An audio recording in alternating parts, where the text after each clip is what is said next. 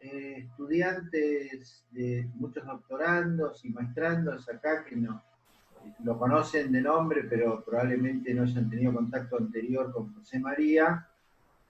Veo algunos alumnos de grado también, que están anotados. Los docentes sí lo conocen, pero para brevísimamente, José María es licenciado y doctor en Economía por la Universidad de Buenos Aires. En la UBA es profesor de macroeconomía superior y también fue director de la carrera de licenciado en Economía. Actualmente también es profesor y desarrolla buena parte de su tarea en la Universidad de San Andrés. Es investigador principal del CONICET, fue también investigador en el CEDES, consultor y ha hecho trabajos para numerosos organismos internacionales. Las publicaciones no le voy a decir porque son incontables, entre libros, capítulos de libros, papers publicados en revistas nacionales e internacionales. De hecho, escribió un libro sobre el desarrollo económico argentino en el siglo XXI, no hace mucho tiempo. También fue premio CONEX en desarrollo económico y es miembro de la Academia Nacional de Ciencias Económicas.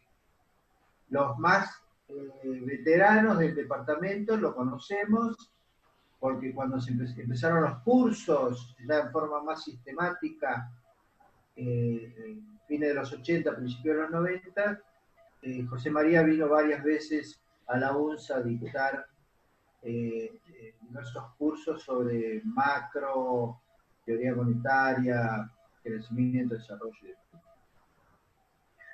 Y entre otras cosas, last but not least, dirigió la tesis del tercer doctor en economía que tuvo este departamento, que vengo a ser yo.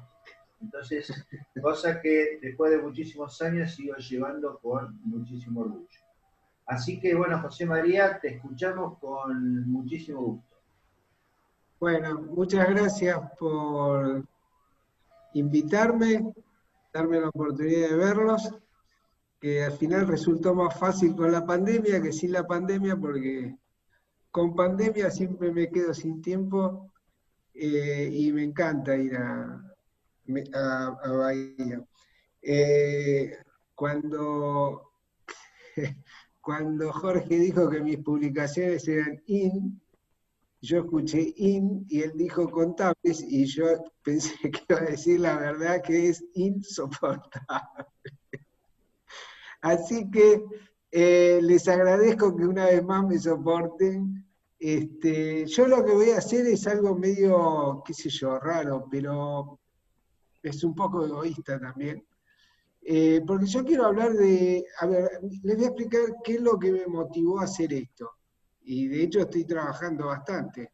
¿Qué es? Que yo soy, digamos, en principio, si ustedes me preguntan, yo digo que soy macroeconomista.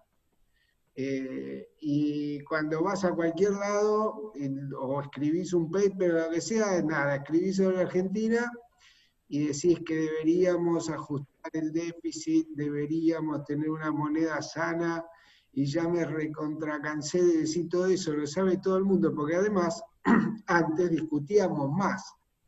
Qué sé yo, pero ahora es todo tan evidente que el déficit no lo podemos financiar, que no sé, no hay nadie que diga que el déficit es buenísimo y qué sé yo, y si lo dice, no sé, dura 2 minutos el argumento. Entonces, hay cosas que son de sentido común. El resto de los seres humanos, particularmente los políticos, son igual o más inteligentes, por lo menos que yo. No, nunca me siento que yo, uy, qué inteligente que soy, y estos no van a entender todas las cosas brillantes que le voy a decir. No me siento nunca así. Más bien lo contrario, les diría. Entonces, ¿qué? ¿No lo entienden? Ah, sí lo entienden. Entonces la pregunta es, ¿por qué no? ¿Por qué no podemos? Porque si se entiende, que ya les digo, si esto estuviéramos saliendo de la ICI, yo entiendo, discutíamos muchas cosas, incluido yo, que fui aprendiendo, qué sé yo. Bueno, entonces, yo trabajé bastante en una época, en los 90 y hasta mediados de los 2000 más o menos, trabajé mucho en la cuestión institucional, ¿no? Del reforma institucional. Hice un proyecto grande, que era el proyecto más grande que hice, que lo hice con el GDN, qué sé yo, publicamos como 4 libros afuera, no sé, trabajamos un montón, eran 30 países que estudiamos los procesos de reforma institucional. Y después medio que me fui para otro lado, en el fondo, porque también me cansé de decir que si vos cambiás las instituciones todos los días, la gente no invierte. No, en serio, no lo entienden, todo el mundo sabe eso también. O sea, y si al principio no lo sabían, ahora lo sabe todo el mundo, porque tanto se repitió que es un lugar común casi. No digo que todo el mundo sepa explicarte bien por qué, qué sé yo, bueno, pues si no nos quedamos sin trabajo, eh, pero todo el mundo entiende que no puede cambiar la regla de juego todos los días, y nosotros ¿a qué nos dedicamos? A cambiar la regla de juego todos los días. Entonces, o somos más, no sé, tarados no, sino que comemos algo que nos impide entender cosas elementales, que, ojo, yo no digo que no estamos en desacuerdo muchos economistas, gente política, porque para eso existe la política, las ideologías, qué sé yo, pero hay cosas básicas que medio como que lo entendió todo el mundo. Entonces, lo que yo quiero ahora es pensar por qué. Y entonces, nada, estuve leyendo y leyendo y leyendo, entonces, en un momento se me ocurrió poner todo junto y a ver qué me salía. Se los voy a mostrar y ustedes opinen todo lo que quieran. Yo no me enojo nunca si me dicen que me dedique a otra cosa, etcétera. Pero nada, me interesa la opinión. Por eso le digo que es un poquito egoísta mi presentación, porque estoy seguro que me voy a llevar más yo que ustedes, pero así es la vida. Bueno, nada, voy a poner acá. Me pusieron para poder compartir, ¿no?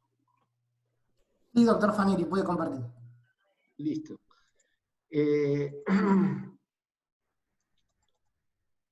Entonces,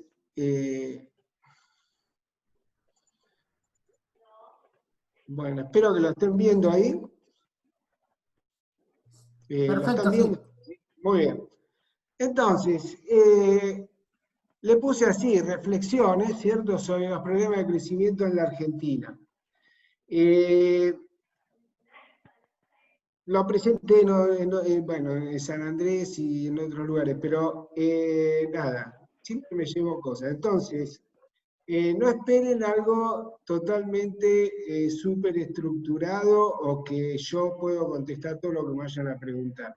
Pero sí les puedo decir que lo pensé, y lo pensé bastante y busqué bibliografía y la leí o la sabía de antes, o qué sé yo. Entonces, yo lo primero que les quiero mostrar es lo que yo quiero explicar de la Argentina.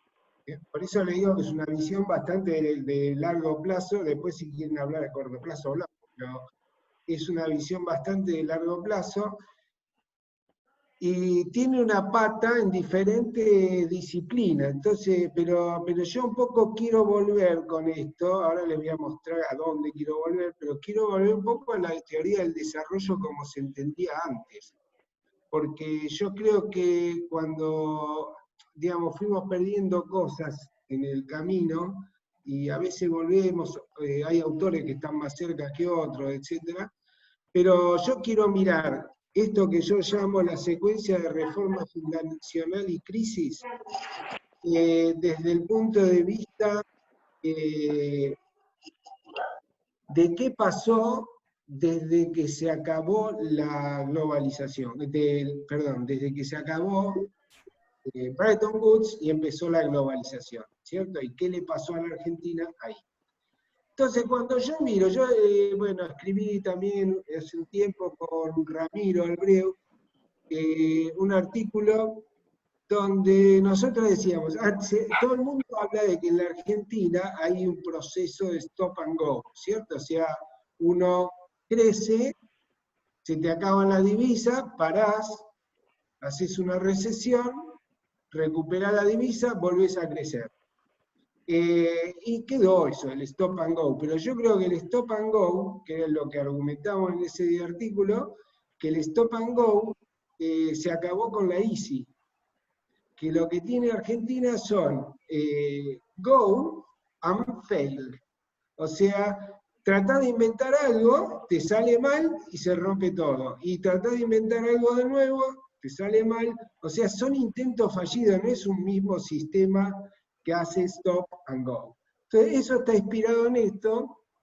Esto está inspirado en eso y la idea es que hay una secuencia de reforma fundacional y crisis, donde reforma fundacional quiere decir cambiar las instituciones, las reglas de juego, etcétera, porque hay una cosa que nadie nos puede decir, y es que no estamos dispuestos a hacer experimentos sociales de todo tipo, ¿cierto? Porque nosotros pasamos de un par de años, estamos con el consenso Washington, después damos vuelta y nos vamos otra vez a, qué sé yo, a la izquierda de los 70, volvemos al consenso Washington.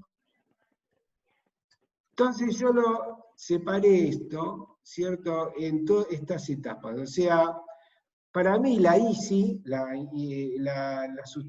import substitution, industrialization, acá puse 1960 porque agarré de ahí, pero se acaba, empieza en algún momento que no me interesa discutir ahora, y para mí se acaba en 1975, y se acaba, es medio ridículo decir que un proceso histórico se acaba un año, pero para poder dividir en etapas, se acaba en 1975 y se acaba con el Rodrigazo. El Rodrigazo para mí es el final de un sistema que no funcionaba más.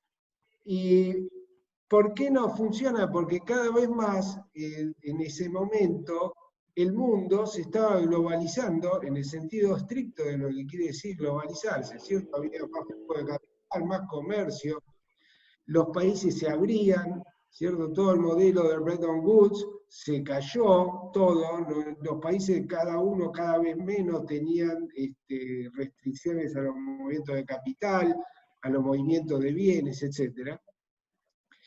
Y entonces yo asumo que con el gobierno militar, y sobre todo en la época de Adolfo Diez, etcétera, pero sí, de la liberalización financiera, de la ley de liberalización financiera que sale en ese momento, inspirada en McKinnon, Shaw y toda esa literatura, tenemos varios intentos, y todos terminan en crisis. Por eso le puse secuencia, ¿cierto?, de reforma y crisis. Entonces, a partir de la etapa que me interesa a mí, tenemos liberalización, 76-81, termina con la crisis financiera, la década perdida, que empieza con la crisis de la deuda latinoamericana y termina con los Brady, la convertibilidad, 1991-2001, la oportunidad perdida, que es cuando suben los términos de intercambio, etc., pero hay más cosas que eso.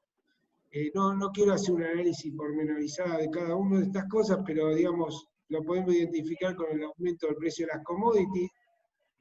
Una oportunidad única quiere decir que teníamos superávit de cuenta corriente y superávit fiscal al mismo tiempo, y teníamos mucho. Por eso la gente interpreta que esto es importante para si vamos a crecer de acá en adelante, ¿cierto? Que es que buena parte del superávit fiscal que teníamos no se debe tanto al aumento del precio de las commodities, que es posterior.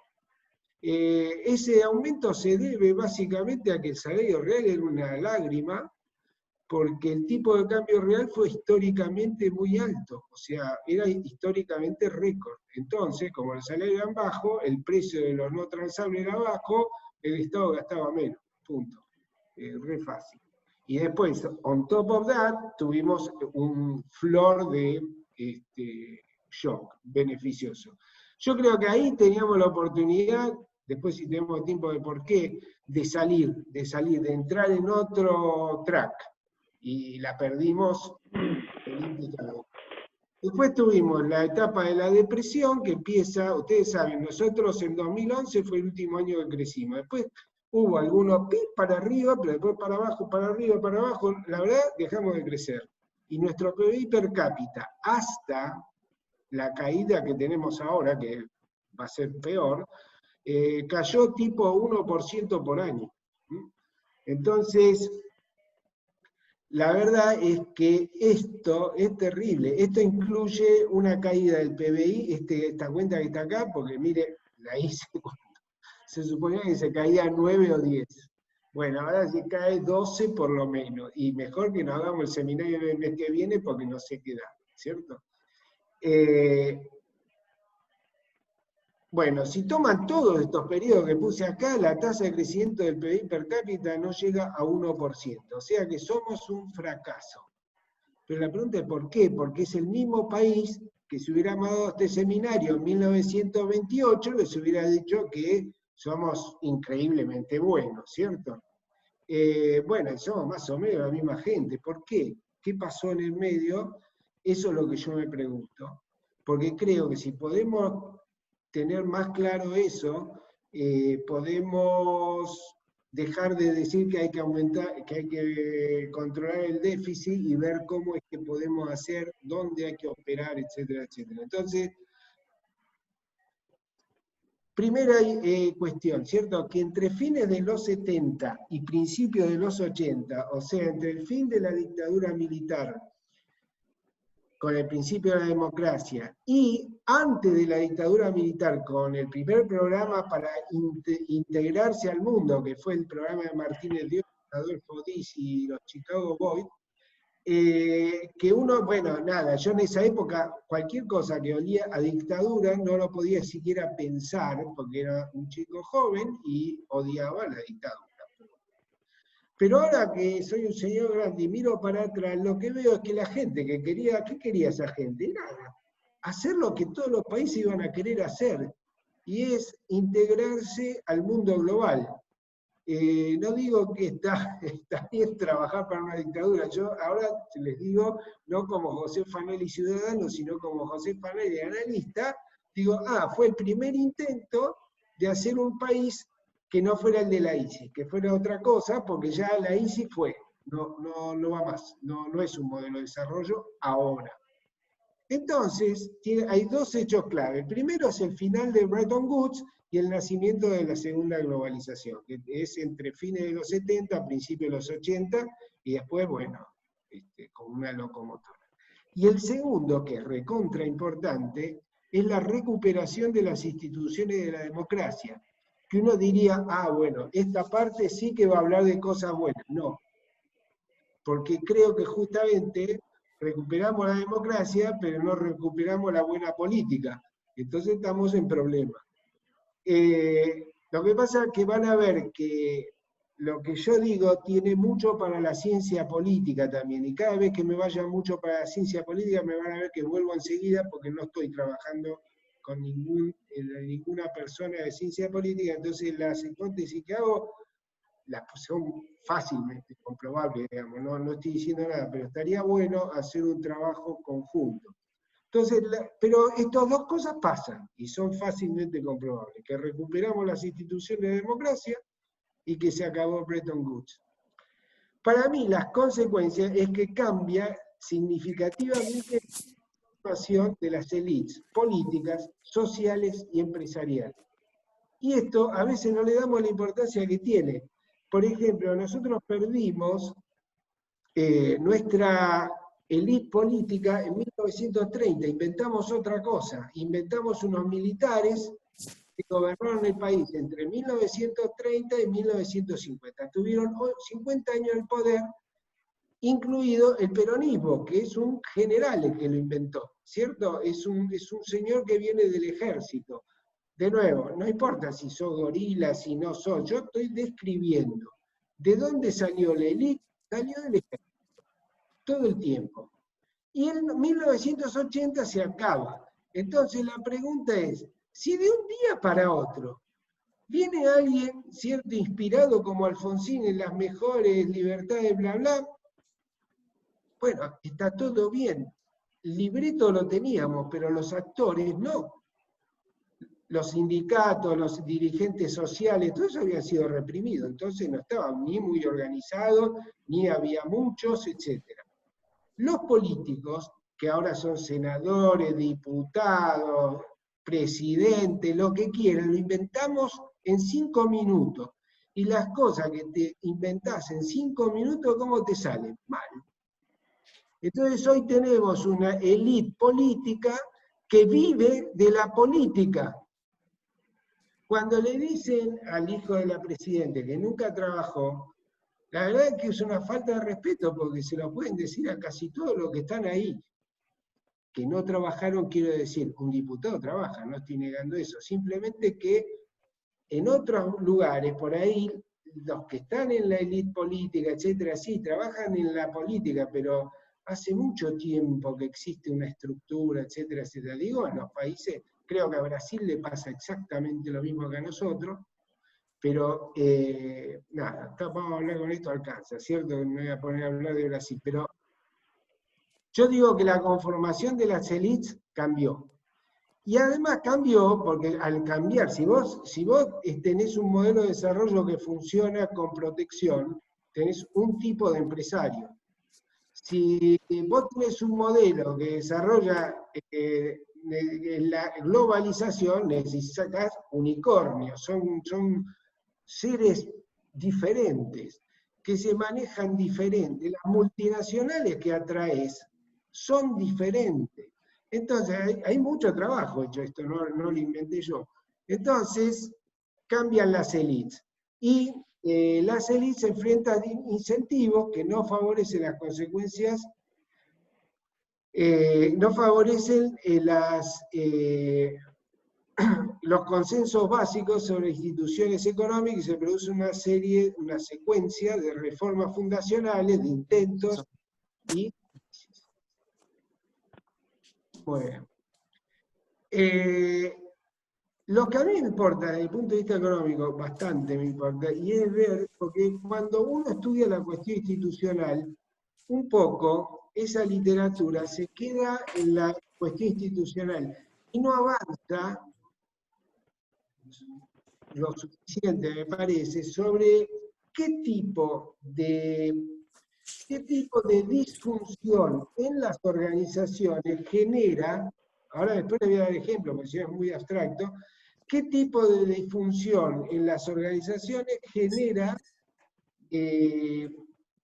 un cierto tipo de institución. Entonces, vos tenés trabajo que sí te prueban, ¿cierto? Con regresiones o con lo que sea, o comparando Corea del Norte con Corea del Sur, que con instituciones distintas te dan economía distinta. Buenísimo, pero la pregunta que yo me hago es ¿cómo son las disfunciones que generan? Porque no puede ser lo mismo que si vos fracasás muchas veces, generes las mismas disfunciones que alguien que tiene unas instituciones que no funcionan, pero que no se rompen. Hay países, ¿cierto?, que tienen instituciones que no se adaptan bien a la globalización, crecen poco, fenómeno, pero están ahí y perviven. Entonces no puede ser lo mismo de alguien que la rompe todos los días o de alguien que le va fenómeno. Entonces la pregunta es, también, estudiemos las disfunciones. Y en la Argentina yo creo que es un caso muy especial y por lo tanto sirve mucho para mirar esta cuestión. Bueno, entonces, les expliqué bastante la motivación que tuve, más que nada para que no me tiren con nada, pero igual no pueden porque esto es virtual. La cuestión es el objetivo y enfoque que tengo yo, digamos, para entender la secuencia de reforma fundacional y crisis. Primero, que el enfoque tiene que ser interdisciplinario en la línea de la teoría del desarrollo. ¿Está bien? Esto, digamos, este enfoque se parece bastante a lo que hacía la teoría del desarrollo de los 60, de los 50, de los 70. para mí es re importante, algo que se perdió, pero que por ejemplo Rodrik o Timmer lo rescatan, que es la cuestión de la dualidad estructural. Por ejemplo, Argentina es un país que tiene gente que ustedes mismos educan, que pueden ser unicornios, y gente que no puede ir al colegio, o bueno, lo que todos sabemos que pasa en un barrio pobre.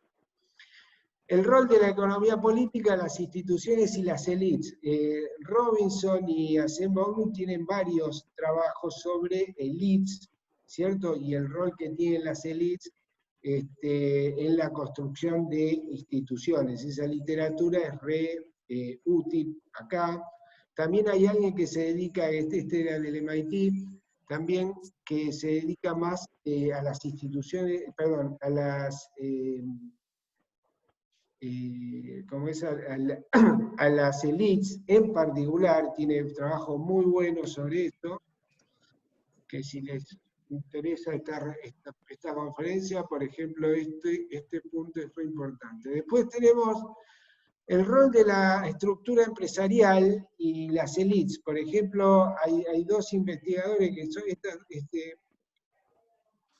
Liuch y Salva, que hicieron un libro sobre las empresas multinacionales en Argentina, que es buenísimo. Esta otra investigadora, que también es del CONICET, Castellani, trabaja más en tipo mezclado con las élites políticas, pero son trabajos re interesantes. Por ejemplo,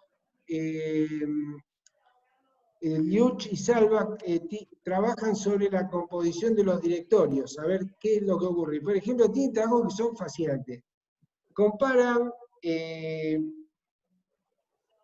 los directorios de Chile con los de Argentina, ¿cierto? Y cómo fueron cambiando desde principios del siglo pasado, o sea, 1920, 13, no les quiero mentir, pero por ahí, y los comparan con los de Argentina.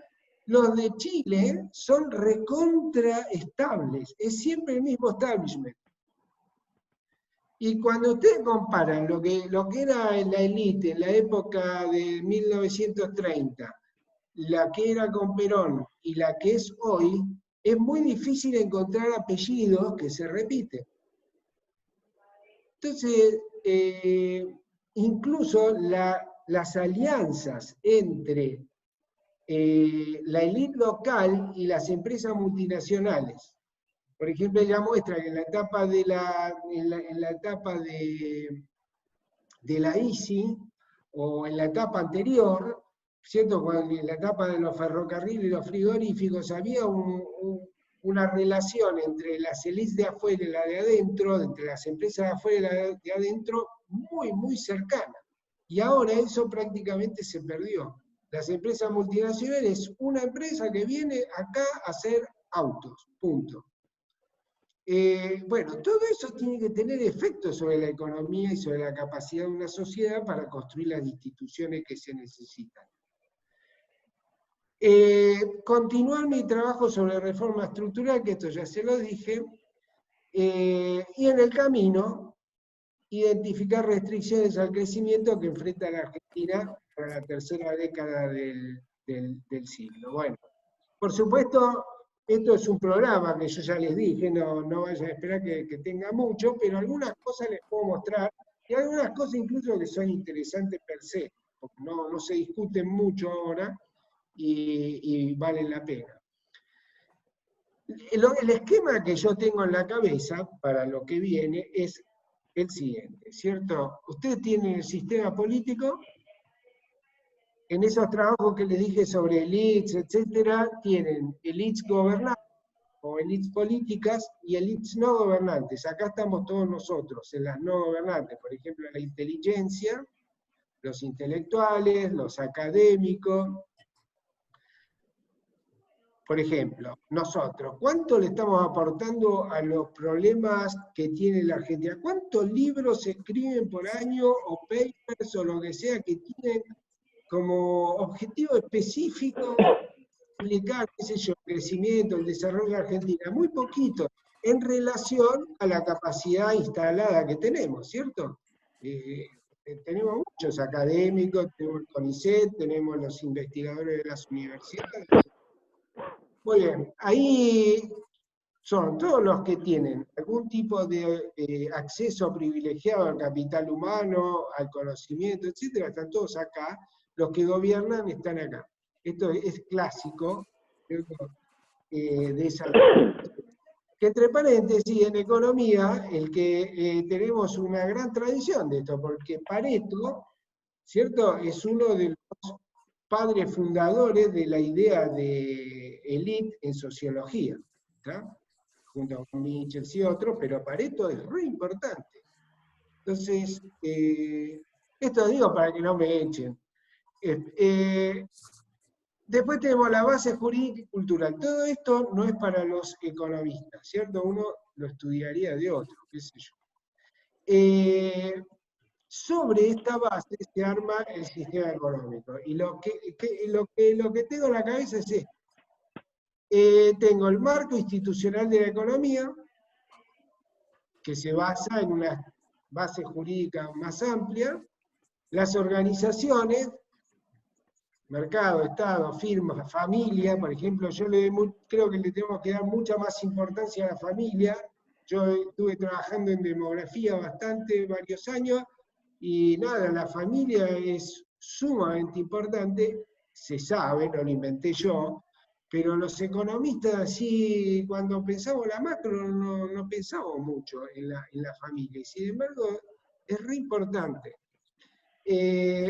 Acá, esto sirve para armar las organizaciones, tienen las élites sindicales y sociales, por ejemplo, todas estas élites se fueron reafirmando de manera distinta después de la democracia, y las élites empresariales de las cuales hablé antes, ¿cierto? A mí, digo, bueno, a ver, ¿qué podría yo investigar que no me salga muy mal? Bueno, estoy pensando en la cuestión empresarial acá, ¿cierto? Me fui para este lado. Esto se lo dejo a los politólogos, y esto, no sé, a los sociólogos, no sé a quién, pero yo no lo pienso hacer, porque me supera. Pero en la cuestión empresarial, etcétera, sí. Entonces, esto te da una estructura económica. Yo lo pienso así, se les hice este dibujito simplemente para que entiendan lo que viene ahora, pero la cuestión es, bueno, y esto te da una performance, ¿cierto? En la productividad, la economía, lo que sea, pero lo que me quiero quedar es acá.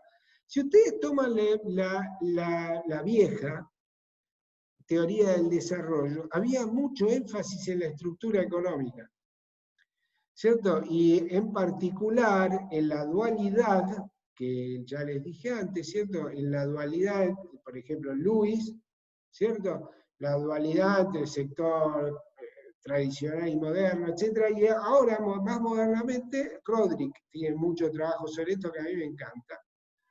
Y hay otros autores, muchos autores. Hay otro que se llama Temple, que es muy bueno también. Muy bien. Pero ¿qué pasa? Yo creo que el enfoque de la teoría del desarrollo cometió un error, y es mirar, bueno, no sé, me salió medio estúpido, no un error, miró diferente, y me parece que no era la mejor forma de mirarlo, que es que ellos miraban la estructura económica. Entonces, por ejemplo, Kuznets decía que ¿cómo es? La distribución del ingreso era una U invertida, etc. Nosotros mirábamos a los países desarrollados y decir, mira, tienen un montón de industria, así que primero hay que desarrollar la industria. O sea, mirábamos la estructura y queríamos replicar esta estructura. Y lo que pasaba era que cada vez que queríamos replicar la estructura, no nos salía porque no teníamos las organizaciones. El trabajo de construcción era más un trabajo de construir organizaciones que de construir, de mirar la estructura. Entonces yo creo que mirar la estructura es fundamental, entre otras cosas porque tenemos mucha información, pero te puede hacer mal si te la crees. La estructura es una especie de construcción teórica o analítica, ¿cierto? Que te sirve para ordenar lo que mirás, transable, no transable, qué sé yo.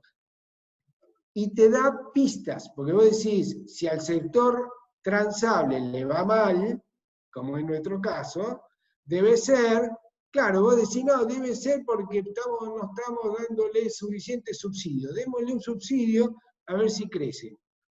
Y por ahí no crecen tampoco, porque está dando un subsidio a una organización, a una empresa que no está en condiciones de ir a competir afuera. Y entonces decís, sí, pero a los coreanos les salió. Bueno, justamente a los coreanos les salió, y lo que tenés que ir a hacer es ir a mirar las organizaciones que tenían, cómo era la relación de esas empresas, etcétera, ¿cierto? Cómo se organizaron. Alice Amsden es muy importante para esto, ¿cierto? Tiene también trabajos sobre elites y sobre las organizaciones en el Asia, y las compara con América Latina, y es re interesante el trabajo. Entonces, para mí, hay que mirar la estructura, no creérsela, sino que decir, miren, esto es para organizar mi cabeza, porque si no, ¿qué cree? ¿Cómo lo miro esto? Y una vez que me da pistas, yo tengo que ir a trabajar con gente de la escuela de negocio, ¿sí? Tengo que ir a trabajar con economistas, pero también con gente que sepa cómo se organizan las empresas, etcétera, etcétera. Muy bien. Entonces, estos son los objetivos, ya se los fui diciendo, ¿cierto? Los incentivos y el análisis de las élites empresariales. Por ejemplo, hay que analizar qué incentivos tienen para la acción colectiva, eso que les dije. Si viene una empresa multinacional, ¿tiene ganas de involucrarse en la Argentina o no? ¿Cierto? O simplemente mira su negocio y se va, porque no es que esté mal, simplemente que sacó un negocio y de ahí no vas a sacar dirigentes, no vas a sacar un montón de cosas. Entonces decís, bueno, tengo que organizar las cosas distinto. Después está la cuestión de las relaciones entre intra e interelite, que esto también supera un poco lo que quiero hacer. Esto no, la identificación de la disfuncionalidad de las organizaciones que se asocian con la volatilidad institucional que tenemos. Volatilidad institucional quiere decir reforma, crisis, reforma, crisis. Eso muy pocos países pueden mostrar tantos intentos de reforma fracasados. ¿Cierto? Entonces, nada, tenemos que ver nosotros qué hay ahí, qué bichos quedaron, cómo subsistieron. Entonces uno dice, mirá, a mí me parece que esta gente, lo primero que debe desarrollar seguro es una forma de subsistir en ambientes poco agradables. Y además deben tratar de deben tener bastante incentivo para ir haciéndose amigos de los gobiernos que van cambiando, porque si no, mueren. Y no les podés decir que está mal, si es la forma que pueden sobrevivir. Entonces, yo creo que esto, cuando lo mirás en la estructura, todos estos problemas, ¡pum!, te da una cosa que yo llamo, inspirado en Rodri, cambio estructural regresivo. La teoría del desarrollo, Rodri, etcétera, ponen énfasis, bueno, vos tenés que cambiar tu estructura de forma que cada vez tengas más productividad, puedas competir en el exterior, etcétera. Y lo que le pasa a la Argentina, que esto lo explica bien Benny Kosakov, ¿cierto? Siempre lo dijo desde la década de los 90, él dice, no, los 90 nos recontramodernizamos, y aparte le digo, como un tipo que vivió siempre en la Argentina, si ustedes lo tiran en la Argentina de los 80 y en la Argentina de fines de los 90, cambió totalmente el país, desde los autos hasta montones de técnicas que se usaban para producir. Pero ¿qué pasa? Dice Benny, sí, hubo modernización, pero una modernización que achicó a los agentes, a las organizaciones, y no las expandió. ¿Qué quiere decir? Y nada, que me pusieron unas reglas de juego y encima un tipo de cambio real bastante atrasado, y yo lo que traté de hacer es de adaptarme, y para adaptarme me tuve que achicar. Puedo competir, pero me achiqué. ¿Cierto? Entonces él dice que es una reforma defensiva que se dio. Y yo esto creo que se ve cuando mirá la estructura económica como un cambio regresivo. Muy bien, entonces ahora lo que quiero mostrarles simplemente es algunas cosas de las que dije, cómo las mira un macroeconomista. O sea, yo voy, miro la macro y digo, acá estoy identificando algunas de las cosas que... Y eso es todo. Entonces, el argumento central que yo tengo, el que no puedo probar acá, pero que querría seguir investigando, es el sistema político, ¿cierto? Y las élites gobernantes y no gobernantes no tuvieron éxito en establecer un marco institucional para la economía que fuera estable y adecuado para las condiciones de la segunda globalización. La parte de la segunda globalización, re importante. La inestabilidad y la inadecuación del marco institucional generaron disfuncionalidad en las organizaciones y volatilidad en la macroeconomía. Bajo estas condiciones se consolidó un proceso de cambio estructural regresivo contrario al crecimiento y la creación de empleo, que es re importante, creación de empleo. Tenemos un problema gravísimo, lo que genera pobreza y cercena oportunidades para la movilidad social ascendente. El cambio estructural regresivo, a diferencia de lo que ocurre en un proceso de desarrollo, los trabajadores pasan de actividades de alta productividad a actividades de baja productividad por este fenómeno que les decía de... Bueno, y ahora, esto es todo lo que yo quería plantearles así en términos muy generales. Entonces ahora lo que quiero es simplemente mostrarles algunas cosas que me parece que mirando la estructura desde el punto de vista macro, se ven. E incluso uno puede hacer algunas hipótesis de cuáles son las instituciones que están funcionando con disfuncionalidades, ¿cierto? Que son de cualquier gobierno y de cualquier política. Y que esas disfuncionalidades son justamente las que impiden que vos vengas con el manual y que sepas todo más o menos lo que hay que hacer bien, querés ir para el norte y siempre terminó yendo para el sur. Bueno, aunque ustedes están en el sur y les va bastante bien. Muy bien, entonces, sobre disfunciones organizacionales y los efectos macro de esto, ¿cierto? Entonces, yo miro dos organizaciones que son disfuncionales para la economía en la Argentina. Una es el sector público no financiero, la otra es el Banco Central. No lo podemos arreglar. Por la sucesión de reformas y crisis, las instituciones presupuestarias son volátiles. No tenemos instituciones presupuestarias, pero la pregunta es, si a alguien le toca gobernar en un ambiente tan volátil como el que tenemos nosotros, lo normal, lo que uno esperaría, es que esté cambiando la regla de juego todo el tiempo, porque todos los días le sale un shock nuevo, ¿cierto? Algo que era difícil de esperar. Entonces, ¿qué pasa? Que vivimos con dos fenómenos que son indicadores típicos de disfuncionalidad. Uno es la dominancia fiscal, ¿cierto? Y el otro es el peso excesivo del sector público y la ineficiencia. O sea, ahora voy a mostrar algunos indicadores, pero los conocemos. Dominancia fiscal, ¿qué quiere decir? Que el Banco Central no puede ser independiente porque en un juego, el que juega primero siempre es el sector público. Define cuánto déficit va a tener y esa dominancia fiscal, ¿cierto? Se expresa de dos maneras.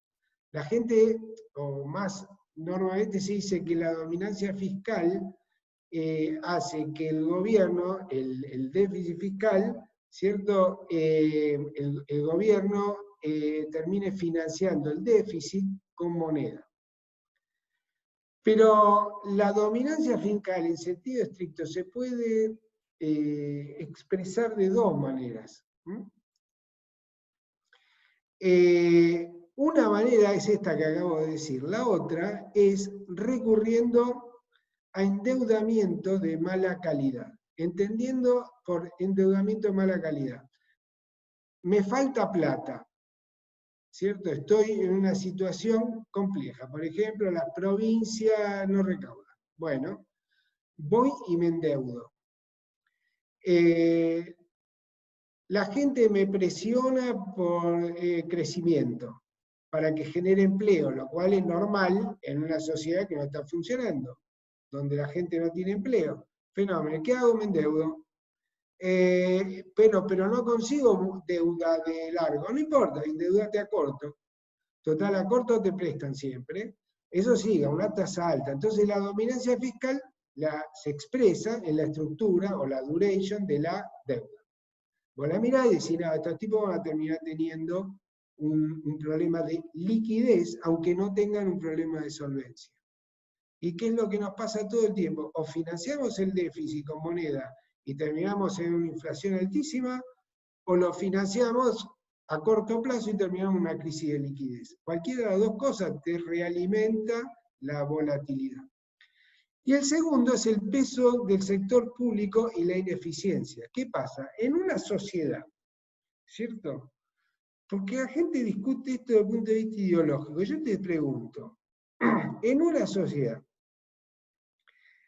que recuperó la democracia y la idea de justicia social y esto y lo otro, hay una élite política que vive de la política. Si vive de la política, tiene que hacer lo que le pide el median voter. Y el median voter, si vos tenés un proceso estructural regresivo, cada vez más pobre. Porque la sociedad se dualiza, pero todos tienen un voto. Entonces, ¿qué es lo que te ocurre? Y nada, que cada vez te piden más porque vos no generás empleo y la gente termina viviendo del sector público. Es muy interesante lo que pasó durante el gobierno de Macri, por ejemplo, que se supone que era un gobierno de derecha. Bueno, era un gobierno de derecha, mirá, el gasto público no se notó que era de derecha, ¿cierto? ¿Qué quiere decir eso? Y simplemente que la presión social es tan grande que nadie se anima a ir a cortar el gasto ahí, ¿cierto? Es muy difícil, si vos no generás empleo, que la gente no presione al sector público, y Argentina tiene una, por el peronismo, lo que sea, tiene una tradición de la justicia primero. Entonces yo les digo, miren la...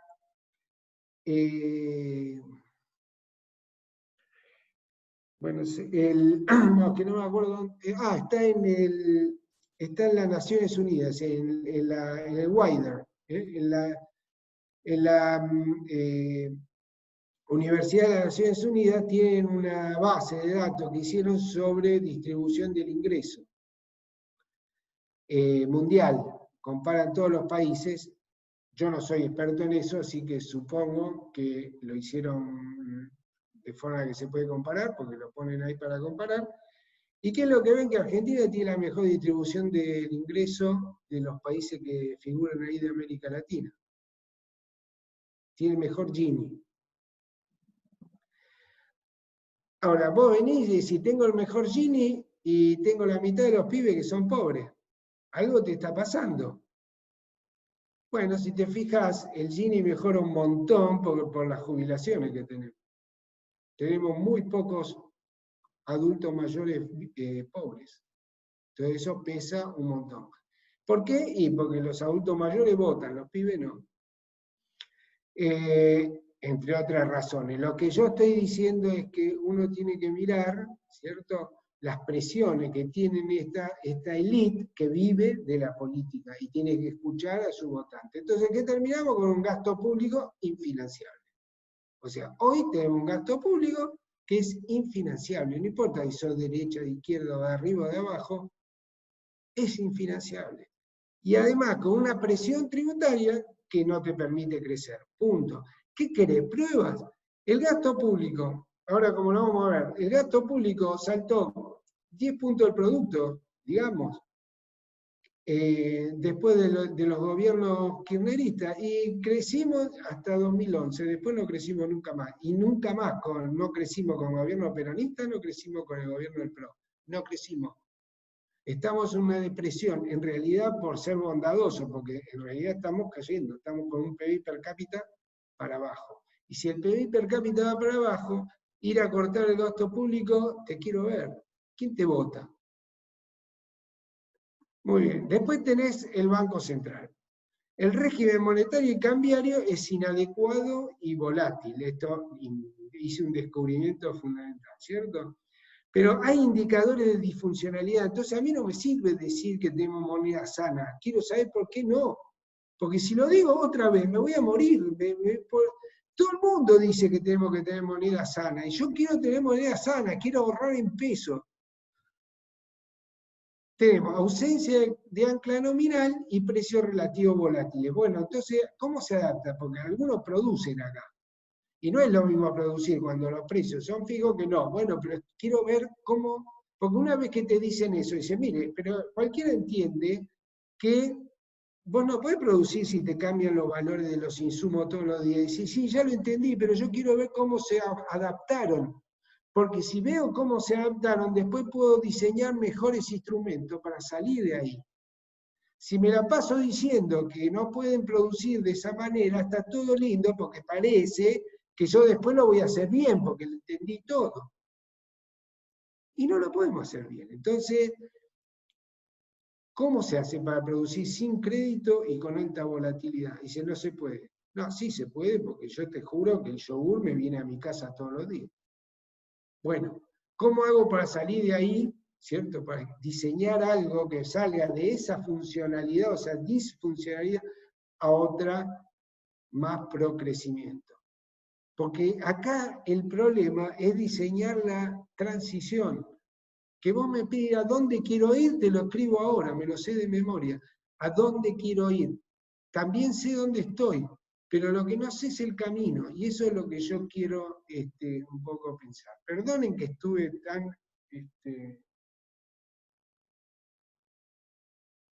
no sé, muy enfático, pero como si esto sirviera para algo. Pero bueno.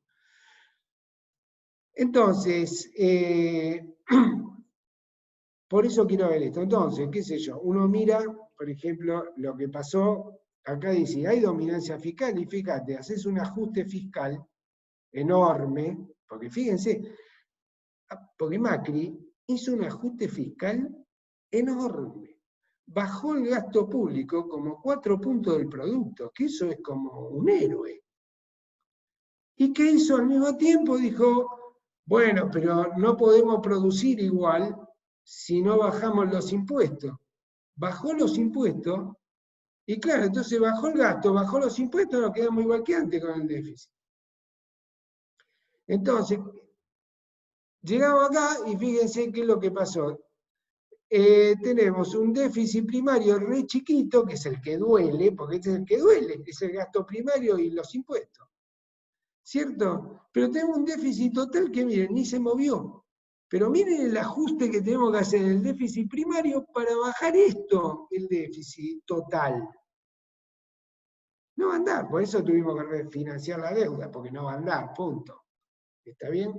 Pero la pregunta es, que yo ya les digo, no estoy hablando de política porque le puedo pegar a los peronistas, al PRO, a todo el mundo, y no soy quien porque yo nunca estuve en el gobierno, entonces es fácil hablar afuera, pero ¿por qué se equivocó? Y porque tenía 2 libretos, tenía por un lado bajar el gasto, por el otro bajar los impuestos, no se puede junto. Entonces teníamos que diseñar algo, por ejemplo, para bajar primero el gasto y después los impuestos. En algún momento dice, sí, ¿cómo van a producir las empresas? Bueno, ahí vamos. Quiero estudiar las disfuncionalidades que tiene para ver si pueden producir en el proceso de transición cuando yo estoy arreglando el gasto. Muy bien. Estos son los impuestos y los gastos totales, que también lo conocen. Esto es interesantísimo. Súper interesante.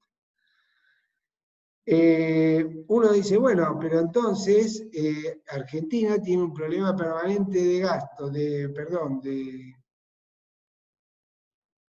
deuda. Yo siempre a los alumnos, cuando empezamos el curso, le pregunto si Argentina es un país acreedor o Argentina es un país deudor del resto del mundo?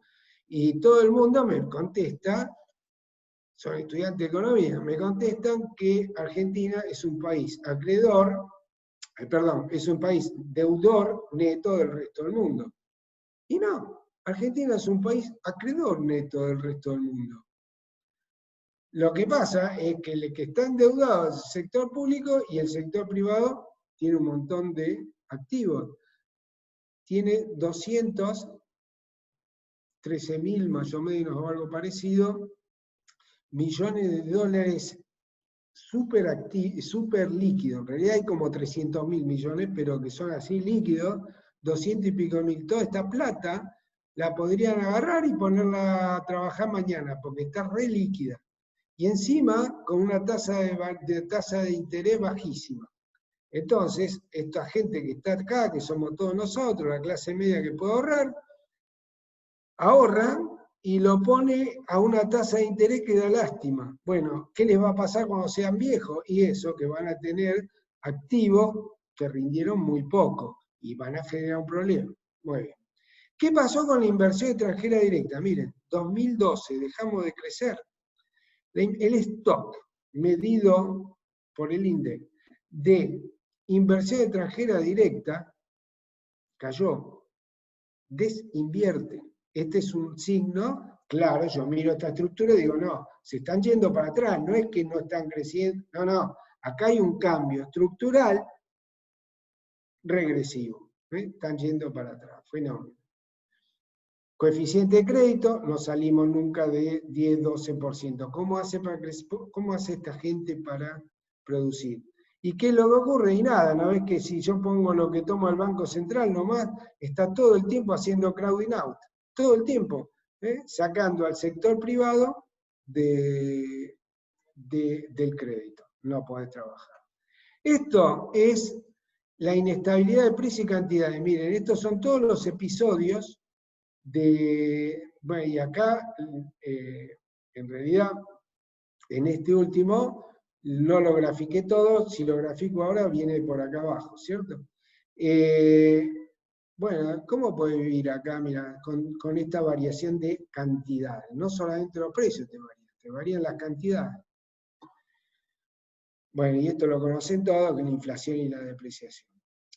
Bueno, el último punto que les quiero mostrar, antes de que se aburran demasiado, es el cambio estructural regresivo, pero mirado ahora en la estructura económica, ¿sí? Que es un poco lo que hay para volver a crecer, ¿no? Porque me decían en broma si crecíamos o no. Bueno, lo que tenemos para crecer es lo que les voy a mostrar ahora, ¿cierto?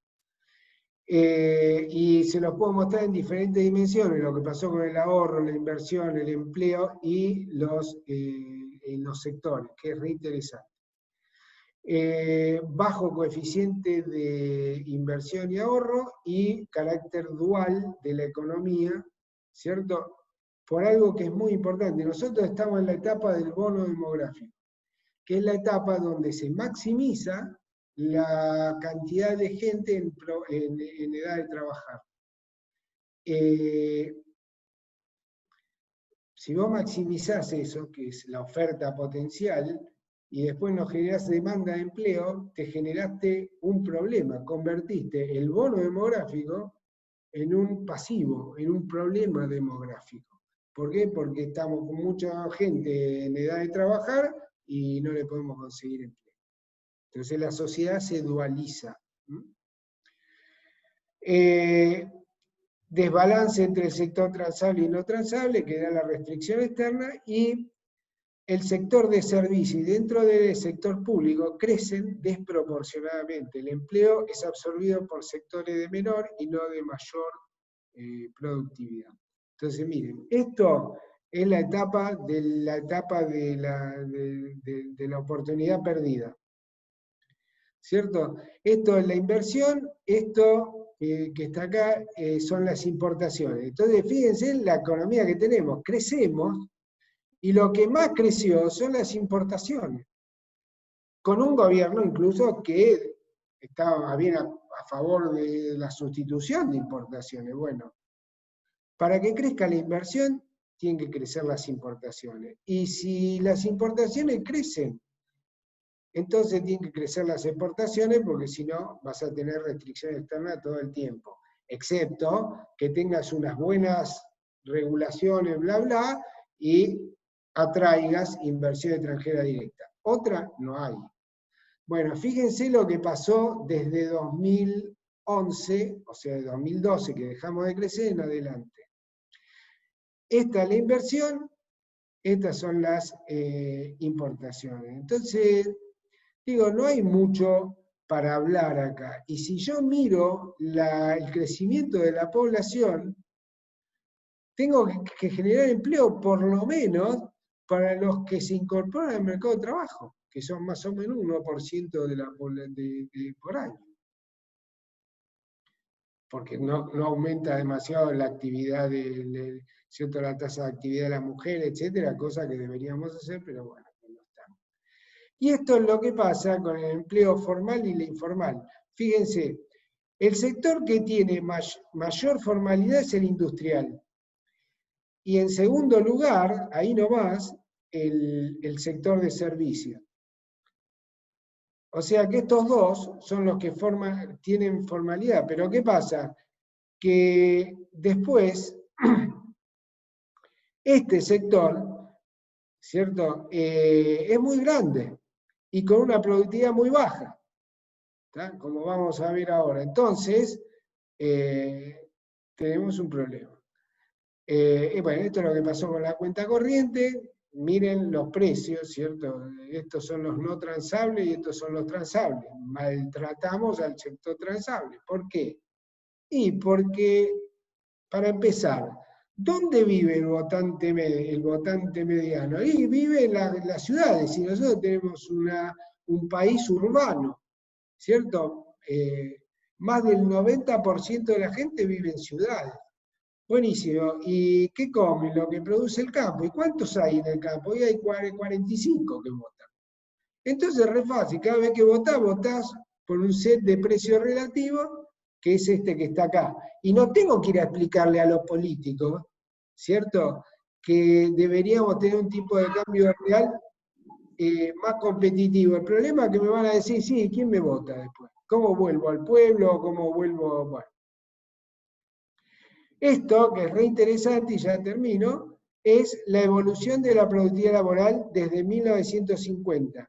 Esto está elaborado es una base de datos que pueden entrar, ¿cierto? Está hasta 2011, pero se tomaron el trabajo de hacer para muchos países, no están todos, pero hay muchos, de América Latina hay varios, qué pasó con la productividad laboral desde 1950 hasta 2010. O sea, es un periodo grande. ¿Qué es lo que ven?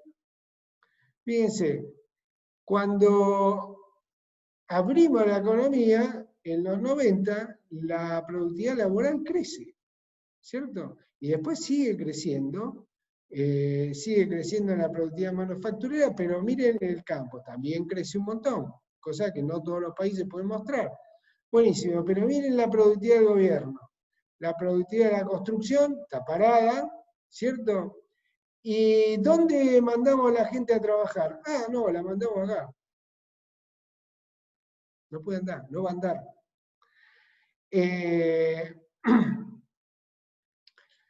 Esta es la evolución del empleo por sectores. Entonces, ¿qué pasa? Esto es sector público, miren el sector público. Crece, crece, crece, crece. Construcción, está ahí parado. Primario, para abajo. Manufactura, para abajo. Y uno que esperaría, y nada, que crezca servicio, y servicio tiene baja productividad. Fíjense que Rodrik tiene un paper lindísimo, lindísimo, que se llama, bueno, no sé si se llama así, pero habla de la desindustrialización temprana. Él dice que los países, y de América Latina están todos, los países que se industrializaron en la segunda ola, no llegaron al nivel de participación de la industria al cual llevaron los países que empezaron primero. Y entonces él dice que hay una desindustrialización temprana, con lo cual, ¿dónde vas a tener que crecer? En otro lado, porque de ahí no vas a emplear mucha gente. Miren, estos son los últimos indicadores que les quiero mostrar. Esto es el empleo por sector y la productividad por sector. Entonces, fíjense, si yo tomo, ¿cierto?, lo que viene pasando en el sector primario, no emplea a nadie. La industria viene cayendo sistemáticamente. Miren lo que es esto, ¿cierto? 10%. Y el sector servicio crece todo el tiempo. Ahora, la productividad es esta.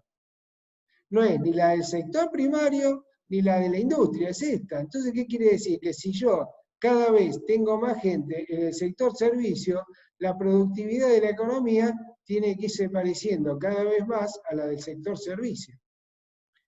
Esto como matemática simple, ¿cierto? Bueno, esto lo pueden ver en el INDEC. Esto también, que es la composición del valor agregado. Pasa más o menos lo mismo, no se ve tan fuerte, pues justamente por el aumento de la productividad. La industria todavía tiene una participación interesante y la del campo es un poco más alta. Pero el proceso es el mismo, ¿cierto? Es un aumento del sector servicio significativo. Bueno, nada, los dejo acá sin reflexiones finales porque las que tengo como reflexiones finales más o menos ya se las dije, y para no usar mucho más tiempo, preferiría escucharlos a ustedes si tienen algo para decir. Muchas gracias.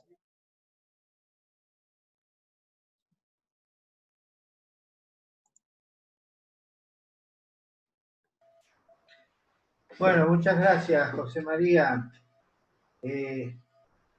Acá veo a muchos, a ver quién hace la primera pregunta. Silvia, desmuteate. Sí, ahí está. Bueno, muchas gracias, José, por la presentación, súper estimulante, sobre todo para mí que en una semana arranco con mi curso de desarrollo económico y un poco siempre me gusta hablar de algo en general de la Argentina para arrancar con la parte teórica, ¿no? No, yo me quedo pensando en este enfoque institucionalista, si se quiere, donde uno está mirando, vos estás poniendo mucha atención en las características y el comportamiento de las organizaciones, y bajo la idea que instituciones y organizaciones en interacción generan las reglas de la dinámica de una economía, me pregunto a esto que vos apuntabas, decís, sé a dónde quiero ir, sé dónde estoy, pero este camino es el que no conocemos. Y lo que yo me pregunto es si este camino no está plagado de un feedback negativo, o esta construcción de una estructura regresiva, digamos, de un feedback negativo entre instituciones y organizaciones que generan estos incentivos para que las organizaciones menos productivas y las conformaciones de grupos menos productivos, y también podemos meter algunas otras palabras como corrupción, ineficiencia, todo lo que se nos ocurra, está en parte retroalimentada por las instituciones que se generan. Entonces, ¿cómo salir de ese círculo? O sea, ¿cómo cortar con este feedback?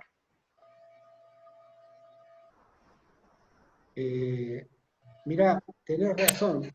Si vos mirás lo que ponen Robinson y Acemoglu, dicen exactamente lo que acabas de decir. Y lo que yo quiero hacer es mirar porque que uno diga que, o sea, porque aparte que es evidente que si vos, bueno, por alguna razón, una caja negra, hiciste esta estructura económica. Bueno, de ahí te van a salir los dirigentes, y van a volver, y van a hacer feedback. Y bueno, y ellos dicen eso, pero lo miran desde el punto de vista de la política un poco, ¿no? Claro.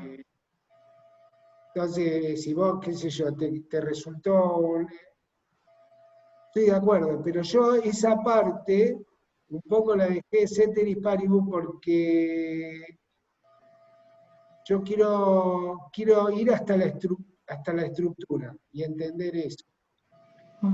Y la parte del feedback político, yo creo que es bien político, porque, por ejemplo, cuando vos tenés un tipo de empresa, te genera un tipo de dirigente empresario, ¿no? Y ese dirigente empresario después te influye, te financia los partidos políticos, qué sé yo, y te hace unas instituciones que se armó, según su interés. Totalmente de acuerdo. El punto es que yo, en realidad, pensando estas cosas, lo difícil es decir, bueno, pero yo, como un modesto economista, quiero tratar de entender esta partecita, y después que otro entienda otra cosa, pero tengo que estar dentro de un esquema. Y no sé si te contesté bien, pero lo del feedback lo tengo re claro, pero incluso copiándomelo de Acemoglu. Yo creo, a ver, por ejemplo, lo que me pregunto es, cuando yo tengo este tipo de contrato, ¿qué podría hacer en los próximos 10 años con este tipo de contrato, pero yendo hacia el crecimiento?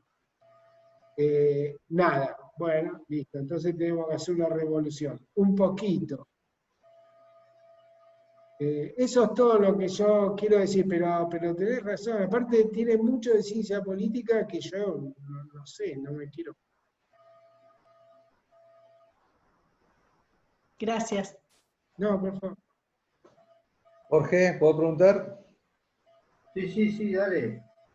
José, tengo algunas cosas. En realidad quiero saber qué opinás respecto a dos o tres cosas de las que presentaste.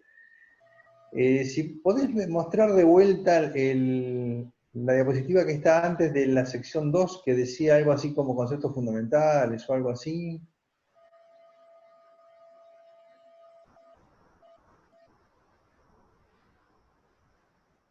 Perdona, me decís de nuevo a ver si me ubico.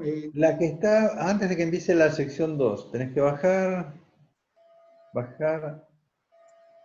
En la 7 creo que es. A ver. Decía algo así como conceptos fundamentales, argumento central. Sí, esa es. La 7.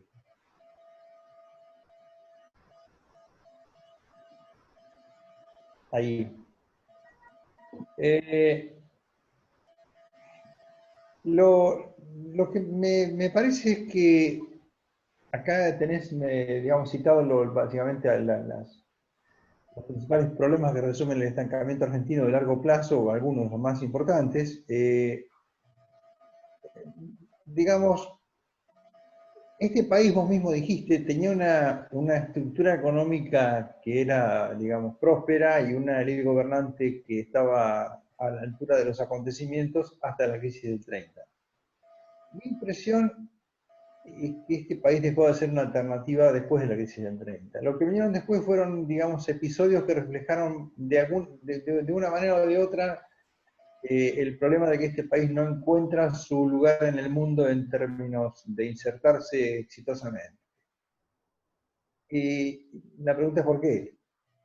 Me parece que después de la crisis del 30, digo, es opinable obviamente, la estructura económica mundial, digamos, generó una demanda que no es acorde con los recursos que la economía argentina tiene. O sea, no tenemos forma de insertarnos, para empezar, porque, bueno, después de la crisis, la Argentina no se pudo acomodar, no encontró la forma de acomodar su estructura económica a la demanda mundial, y también con eso se llevó puestas las instituciones y la élite gobernante hasta entonces. Y de ahí en más, es el huevo y la gallina. Yo creo que ahí está, si vos querés, el punto de partida del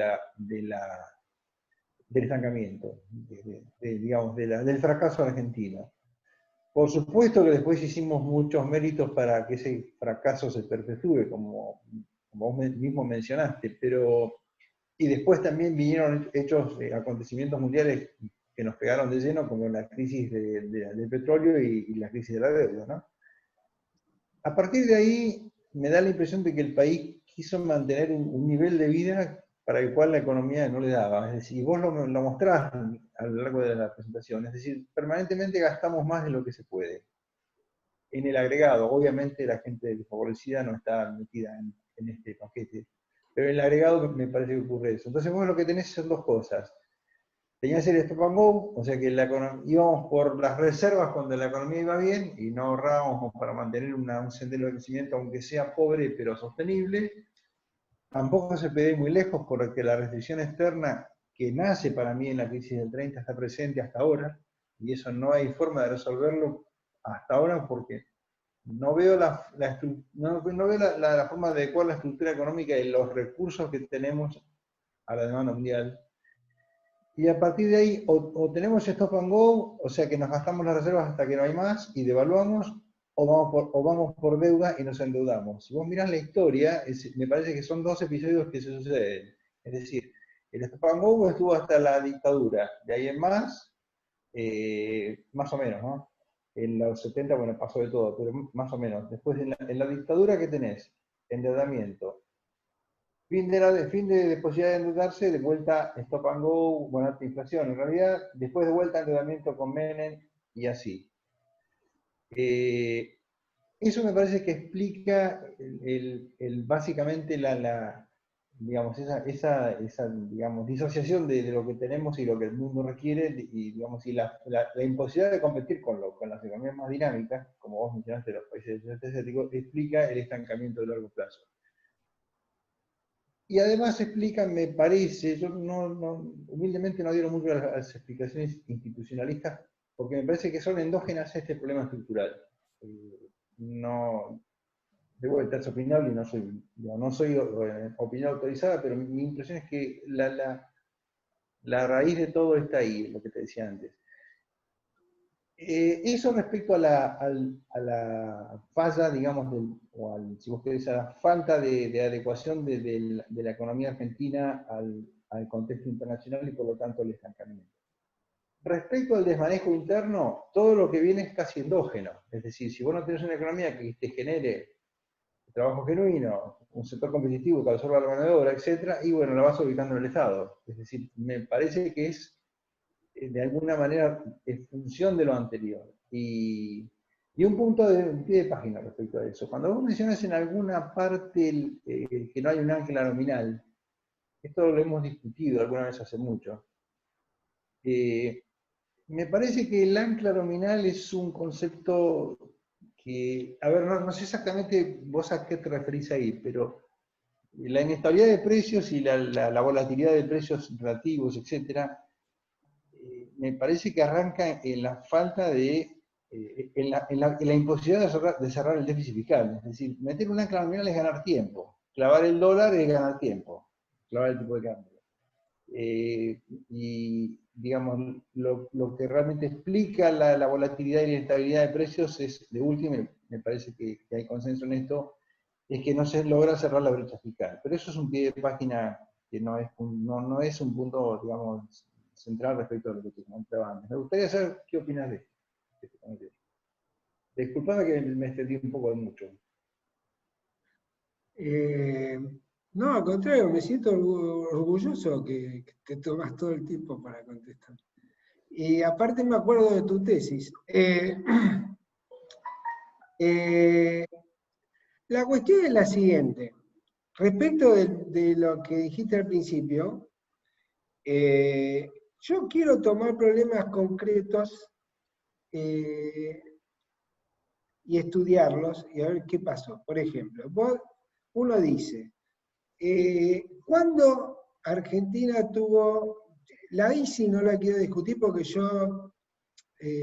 como bygones are bygones, o sea, que la explique otro. Yo empiezo con mi hipótesis, que creo que vos estás de acuerdo, por lo que dijiste. Está mal, pero entonces me saldrá todo mal. Pero mi hipótesis es que con la globalización vos tenés que hacer cosas distintas. Si te equivocaste antes, no importa, porque igual tenés que hacer otra tarea ahora. Tenés que abrir la economía, integrarte a los mercados de capital, etcétera, etcétera.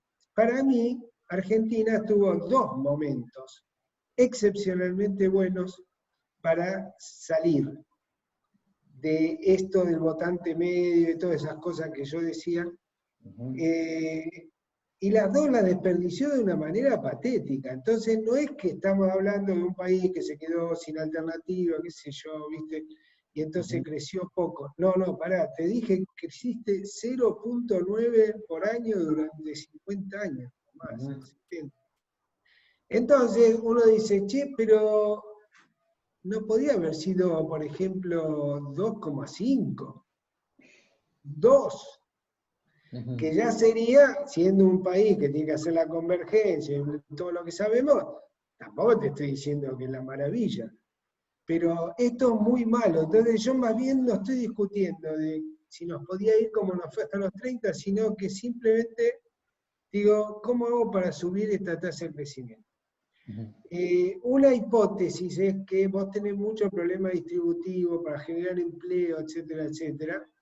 Y en ese sentido, no sé si, no estoy diciendo que lo que vos dijiste no se da, pero yo creo que el problema es que no generamos empleo, no logramos generar empleo. No crecemos, no generamos empleo. Y eso es lo que trae un montón de problemas. Pero yo miro y digo, bueno, hubo dos momentos que lo que vos estás diciendo no es cierto. Porque podías haber redistribuido ingresos y crecido. Momento número 1, después de la dictadura militar. Perdón, me equivoqué, después del peronismo, del 75, porque hicieron una política horrible, qué sé yo, y medio que se arregló sola esa política. Y en el 76, 77 tenías un superávit de cuenta corriente espectacular. Y además después vino el embargo a los rusos, que fue una estupidez atómica, pero nos subió el precio del trigo no sé hasta dónde. ¿Qué hicimos en ese momento? El Mundial 78. Y nos endeudamos. Entonces, decir que eso lo hicimos porque el argentino quiere vivir más allá de sus medios. No, todo mentira. Eso lo hizo la élite política del momento para ganar legitimidad, punto. Y no hubo cómo, claro, era una dictadura, pero lo pongo como ejemplo analítico, no hubo cómo decirle, che, gastate un poco en inversiones. Y yo, no, me estoy gastando en inversiones. Y dijeron, achicar el Estado es agrandar la nación. Ponele que yo estoy de acuerdo. ¿Quién lo va a hacer? Ah, no, los militares que son empleados públicos. Me estás haciendo un chiste. ¿Cómo un empleado público? Lo mismo me pones a mí a ver cuánto vas a gastar en investigación en la Argentina. Vas a terminar gastando más que no sé en qué. Y soy economista, igual voy a gastar todo. Entonces, eso es lo que yo digo. La segunda es la de Kirchner. Y aquí terminamos con un aumento del gasto público insoportable, en el sentido de que no lo podés soportar, ¿no? De que es insostenible. Yo no veo a dónde está que eso tenía que haber sido así. Y después te quiero decir otra cosa con el ancla nominal. Yo por ahí, ahora que vos me dijiste eso, por ahí hasta lo sacaría y pondría algo más general, porque yo ahí lo puse en términos de tener un ancla nominal, para mí quiere decir poder tener un régimen de inflation targeting. Entonces, si vos podés fijar cómo van a ir los precios y tenés una política que no te dé dominancia fiscal, y por ahí lo podés hacer, digamos. ¿Tenés dominancia fiscal? Fuiste, pero la dominancia fiscal yo veo que tiene mucho que ver con gastos que son muy puntuales, muy específicos, o gastos muy generales como la UH, las jubilaciones. No hay cosas que vos decís. Después, ¿por qué durante el gobierno de Macri había 10.000 millones de dólares de déficit en la cuenta corriente? de turismo. Entonces, vos haces aterrizar un marciano así, y decís, estamos gastando 10.000 millones de dólares por año en turismo, y lo estamos financiando con crédito más bien a corto plazo. No va a andar y sube de nuevo. Me dice, ¿pero qué? ¿Es economista? No, tiene sentido común. Bueno, pero la constituency es, yo quiero ir a Miami, estamos en el primer mundo, bueno, ¿y qué querés que te diga? Yo esas cosas no las veo como algo que Argentina quiere ser más de lo que es, no, son cuestiones políticas donde si hubiera una dirigencia con intereses específicos en hacer crecer al país, no hubiera pasado. Pero esa constituency es muy débil, ¿está? Eso es lo que a mí me parece, pero bueno, no sé si te contesté. Pero por ejemplo, siguiendo lo de tu tesis, yo me acuerdo cuando tú hiciste la tesis, a mí me había gustado leer tu tesis. Lo que yo me pregunto, mira, tomando un ejemplo, es decir, si es cierto que cuando mayor es la inflación, mayor es la volatilidad de precios, y yo no voy a poder bajar la inflación, yo como macroeconomista creo que es un error fundamental pensar que la inflación la puede bajar rápido, no la puede bajar rápido, como el gasto público no lo puede bajar rápido, etc. Completamente de acuerdo, sí, sí. Bueno, pero ¿puede diseñar el señor Dabus, que estudió mucho tiempo en la cuestión de la inflación, un contrato que se adapte durante un periodo, ¿cierto?, a precios relativos volátiles? Te di la tarea imposible, no digo que... Pero, por ejemplo, ¿por qué a algunos países le funcionó? A Chile le funcionó la indexación. No. Ese tipo de preguntas específicas yo quiero llegar a tener, digamos, ¿no? Bueno, perdón. Voy a tratar de contestar más cortito. No, te agradezco. Digo, me parece que no hay demasiadas contradicciones en lo que vos me decís y lo que yo te No, comentaba. para nada, Y si las hay, bienvenidas, pero me da la impresión de que la estupidez local no es contradictoria con el hecho de querer vivir por encima de nuestras posibilidades, digamos, porque cuando se mandan esos zafarranchos fiscales o atraso cambiario o endeudamiento alegre, la gente aplaude y se prende, pero con toda alegría, por lo cual... Digo, sí, la ley se equivoca y la población apoya, es decir, va todo junto. Digamos, no estoy quitándole mérito a los errores locales, al contrario, me da la impresión de que eso lo que hace es perpetuar el estancamiento y agravarlo aún más, ¿no? Pero básicamente me parece que estamos diciendo lo mismo de dos formas un poco distintas. Sí, lo que pasa es que yo lo que creo no, por eso no creo que yo esté contradiciendo lo que decís, me estás ayudando a pensar, de hecho. Pero el punto, por eso yo les dije que era egoísta esto, así que el punto es, yo te pongo el ejemplo de algo que hacemos todos nosotros, que es ahorrar en dólares. Entonces vos decís, vengo yo como economista y te digo, si vos ahorrás en dólares, los bancos se quedan sin depósito. Si los bancos no tienen depósito, no pueden dar crédito. Y si no pueden dar crédito, entonces tu hijo no va a tener trabajo. Lo vas a tener que ir a visitar a Nueva York. Ok, entonces vos me decís, sí, entendí todo, voy a ahorrar en pesos. No, vas a seguir ahorrando en dólares. Y si tu hijo te dice, me estoy quedando sin trabajo por vos, le decís, hijo mío, ven aquí, tengo dos escenarios. Un escenario donde ahorro en dólares y tú te quedas sin trabajo, pero puedes irte afuera porque te eduqué bien. Escenario 2, ahorro en pesos, nos roban todo y nos quedamos sin trabajo los dos. Padre mío, te he comprendido. ¿Qué es lo que tenés? Si eso es Nash puro. Yo ¿soy racional? Sí. ¿Hice lo que mejor me conviene? Sí. ¿Me doy cuenta que el equilibrio a que llego es malo? Sí. ¿Cómo salgo de ahí? Necesito liderazgo.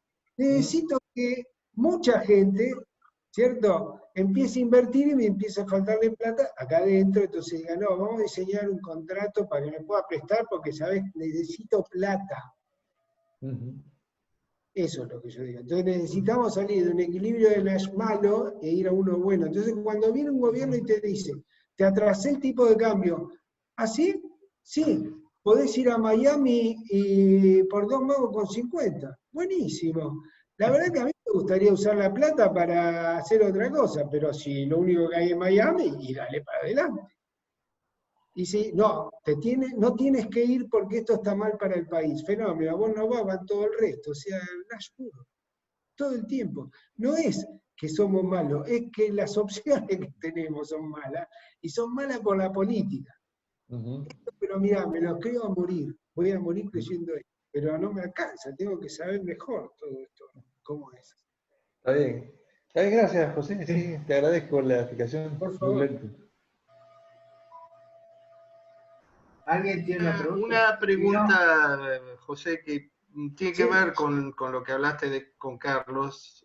Con él venimos discutiendo hace mucho. Yo no estoy de acuerdo con esa visión acerca de que hay un fundamental que falta en la Argentina, pero algo hay, porque yo no quiero adherir a una teoría del excepcionalismo argentino, porque realmente me parece que no tiene sentido eso.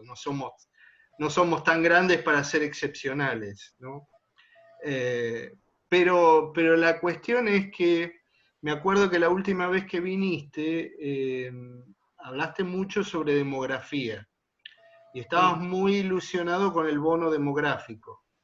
Resulta que el dichoso bono demográfico me parece que se nos viene y va a ser un problema, no contribuye a la solución.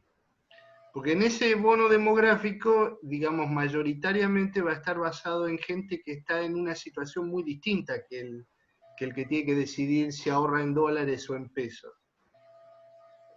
Gente que no tiene capital humano y no lo va a tener. Y realmente en el futuro, ¿qué podemos hacer con esa gente que no tiene capital humano? Hoy por hoy es el sistema público el que los va absorbiendo, recogiéndolos en el camino, pero llega un momento que eso hace que este problema del déficit no se resuelva nunca, y entonces es lo que decían, ¿no? Un ciclo de retroalimentación positivo en el sentido de que vamos empeorando progresivamente. Y a menos los dos casos que vos mostraste donde podría haber sido una oportunidad para romper esto, estuvieron asociados, no sé tanto el 76, pero sí claramente la época de Kirchner, fue por motivos puramente ajenos a nosotros, que los precios internacionales subieron lo suficiente como que hubiese permitido hacer algo al respecto. Y nosotros no podemos estar esperando continuamente que los precios internacionales algún día se ajusten a eso. Entonces, lo que estamos pidiendo o lo que estás diciendo es necesitamos una élite que tenga una visión de largo plazo y que lleve a este país a un cambio productivo, por lo menos que aumente la productividad o que encuentre nuevas fuentes de producción. Pero, y ahí coincido un poco con Carlos, que creo que ahí nadie está viendo claramente qué nueva fuente de recursos podemos encontrar que nos ayude a salir de este equilibrio malo, ¿no? O sea, quedé devastado con tu charla. Para resumirlo, esa fue la consecuencia, ¿no? Sí. No sos el único. Pero sí, pero ¿qué pasa? Que hablé de hablé de las restricciones sobre todo, por el tema del cual estaba hablando. Pero también tenés oportunidades enormes. Y te quería decir algo que yo también creo y es, yo no digo que los argentinos somos excepcionales. Yo digo que los problemas que nosotros tenemos son excepcionales desde el punto de vista económico. Perdón, yo tampoco lo digo, eso corre por cuenta de Tomé. Yo nunca dije eso. Bueno, no Pero en importa, en ambos casos hay una afirmación que tiene que ver con algo que parecería ser que es únicamente o problemas propios de acá o que no tienen otros países. Si, sí, yo lo entendería más claro, por ahí Brasil, pues, dijiste, ¿no? En algún momento, pero aún así, ¿viste? No lo veo tan claro que Brasil tenga exactamente la misma naturaleza de esta inestabilidad nuestra. macro no. Mm, Macro no, pero a ver, déjame decirte esto. Yo lo que creo es que nosotros tenemos problemas excepcionales y que esos problemas excepcionales están basados en disfuncionalidades que se fueron desarrollando durante un periodo donde tuvimos reforma, crisis, vos no sabés dónde agarrar. Entonces, vos decís, se te ocurrió a vos cuando venía.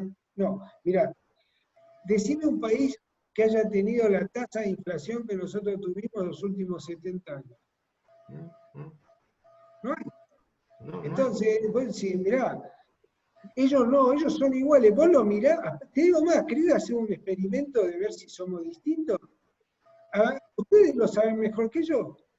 Mejor no sé, igual, porque hacemos lo mismo.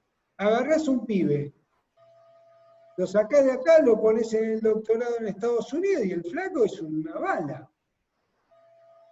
Bueno, entonces no era que somos distintos los argentinos, que lo pones en otro lugar, y si agarrás un tipo que trabaja acá de mozo y lo pones a trabajar de mozo en Estados Unidos, la productividad le vuela. Entonces dicen, eso es una pavada, eso que somos distintos, etc. No estoy diciendo eso.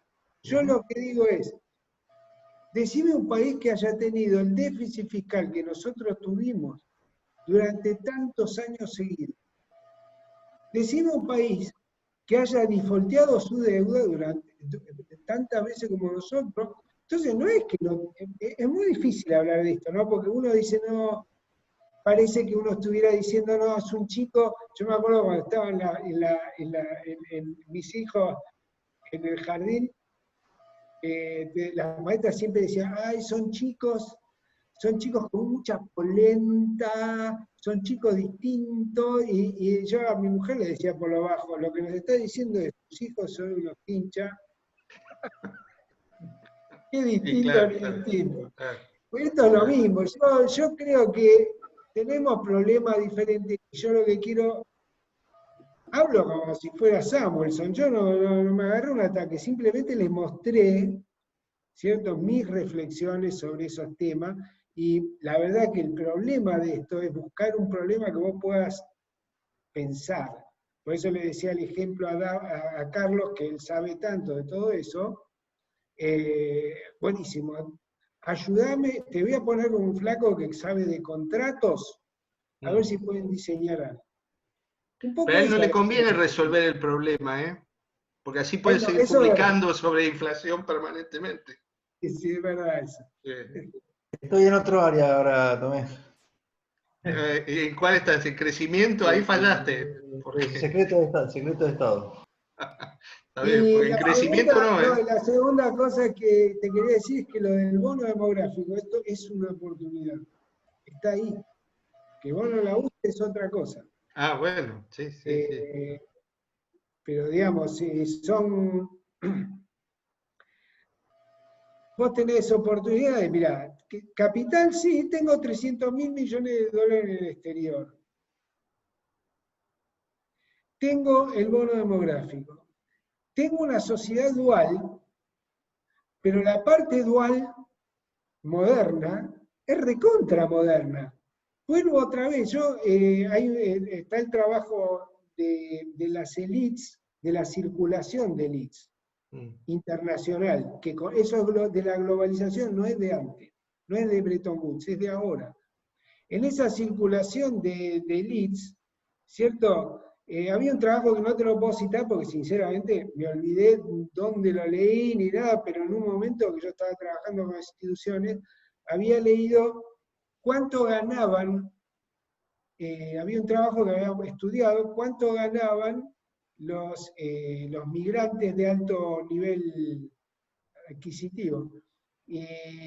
Y los argentinos lideraban ese ranking. Interesante. ¿Sí? Pero ahora, lo que te quiero decir es, prendemos la tele. Dice, vamos a hablar de la pandemia. Dice, a mí me habían dicho siempre que ser médico en Estados Unidos importado es más difícil que no sé qué. Entonces yo pensé que no había médicos argentinos, que había uno que iba para el Nobel. ¿Ustedes vieron lo que es la tele? Sí. Parece que hay más médicos allá que acá. Entonces vos decís, pero ¿cómo? ¿Regalo capital humano? Y si no crecés, ¿qué querés que hagan? Sí, Pero vos ahí, la contrapartida de eso es que tenés una oportunidad. ¿Por qué? Porque con la circulación de leads que hay, ¿cierto? Vos tenés información que no tendrías de otra manera. Por ejemplo, me dicen, che, mirá, está pasando esto, otro. Ni viajé, pero me lo cuentan. Yo sé que tengo una juventud porque viajó y perdí. ¿Cierto? Mandamos a la gente a Miami, fenómeno, pero por lo menos aprendieron a viajar y aprendieron a que quieren vivir como allá, and so on. O sea, si te tengo que hablar, hacemos otro seminario sobre las oportunidades, pero las oportunidades están, ¿cierto? Porque pensás si te estuviera hablando lo mismo, pero estuviéramos en la etapa de envejecimiento. ¿Qué haces? Te pegás un tiro en serio. Bueno, también es cierto que el cambio tecnológico yo no sé si va a ser tan demandante en mano de obra, ¿viste? O sea, no lo sé. Sí, pero vos mirá, acordate que cuando Argentina creció 2005, 2006, 2007, por ejemplo, Techín se hizo su propia escuela porque se había quedado sin técnico. Acá andá a buscar andá a buscar a alguien que trabaje en programación, etcétera, es muy difícil conseguirlo. O sea, todo lo que es de capital humano, no, eso. El problema es cómo le damos trabajo, como dijiste vos, ¿cierto?, a los que están del otro lado. Sí, eso. Que es lo que me interesaba a mí ahora acá, ¿cierto? Porque eso genera un problema político, vota a esa gente y quiere un futuro. Sí. Y las potenciales élites se adaptan a ese voto o a las expectativas que tienen acerca de ese voto. Sí. Y eso yo quería comentar, porque se está acabando el tiempo, porque ya vamos para casi 2 horas con José. Creí que te referías a la vida, capaz. ¿Cómo? Un chiste muy malvado. No, yo un poco empalmando con lo de Carlos Daús, voy a hacer el poco popular intento de defender un poco a los políticos en este sentido. Digo, yo tengo la idea de que lo que vos mencionabas hoy, José, de la primera globalización, tenía una diferencia con los tiempos que vinieron después de la década del 30, esa vez cuando dice el bicho que se terminó, perdón, el profesor Daús dice que se terminó la inserción nuestra en el mundo, en el sentido que en esa época está las élites y el común de la gente está convencido de cuál era el modelo de desarrollo que tenía la Argentina y nadie lo cuestionaba.